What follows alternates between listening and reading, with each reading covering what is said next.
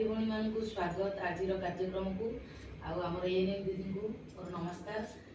आज आमर ज्ञान केन्द्र स्तरीय तृतीय बैठक में आमर विषय वस्तु अच्छी आम बाड़ी बगीचा रे मिलुथिबा खाद्य शस्य किभली भल भाव से माने किभली को उपाय रे खाइले जोटा तांका स्वास्थ्य पक्षे हितकर हबो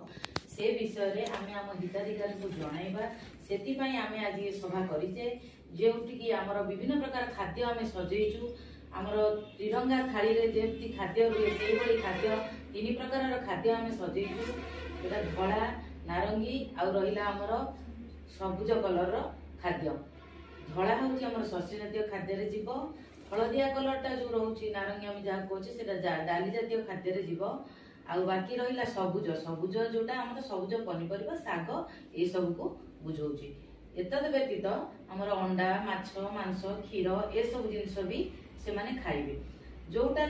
जो खाद्य मनकर जने अभाव श्रेणी लोक सी कौन ए सब खाद्य सब किणिकी खाई पारिबनी तेणु ताकू आमे शिक्षा देबा कौन ना सी जेमती तार बाड़ी बगीचा रे ए सब जिनिस करी निजे खाई पारुथिबो हमर जेमती कुकुड़ा कुकुड़ा मनकर जोड़ा तीनटा कुकुड़ा से पालिबो सेथिरु अंडा हो मांस हो से ताकू खाई पारिबो आउ माछ माछ पाई भी पोखरी करी चाष करी से माने खाई पारिबे चाहिले भी से सब करि पारे क्षीर पाई गाय टिए रखिले सेथुर मध्य से माने क्षीर खाई पारिबे जो माने निहाती किणिकी खाई पारिबेनी से माने ए सब व्यवस्था रे निजे निज बाड़ी बगीचा रे करिकरी फसल से माने खाइबे आमे हम हिताधिकारी मान को जो माने हमर रहिले बेनिफिशियरी से मान को आमे ए बाबद रे प्रवर्ताइबा बा शिक्षा देबा जेमती से माने से सब जिनिस तांको बाड़ी बगीचा रे तयारी करबा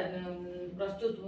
करी लगेई से सब जिनिस से माने सठिक भाव रे खाइबे आ ताको पिला मानकर भी मध्य जत्न नेबे सब जिनिस सठिक भाव रे खाद्य सब खाद्य खुआई से पिला मानक मध्य सुस्थ रखिबे। हमर प्रथम कार्य हला से मानकु ए विषय रे हमें सजाग करबा से माने केमिति निजे बाजार न किनी निजे ए सब उत्पादन करी निजे ए सब जिनिस खाइबे आ निजे सुस्थ रहिया सह से मानक पिला मध्य सुस्थ रहबे आ एति कहिग्री मोर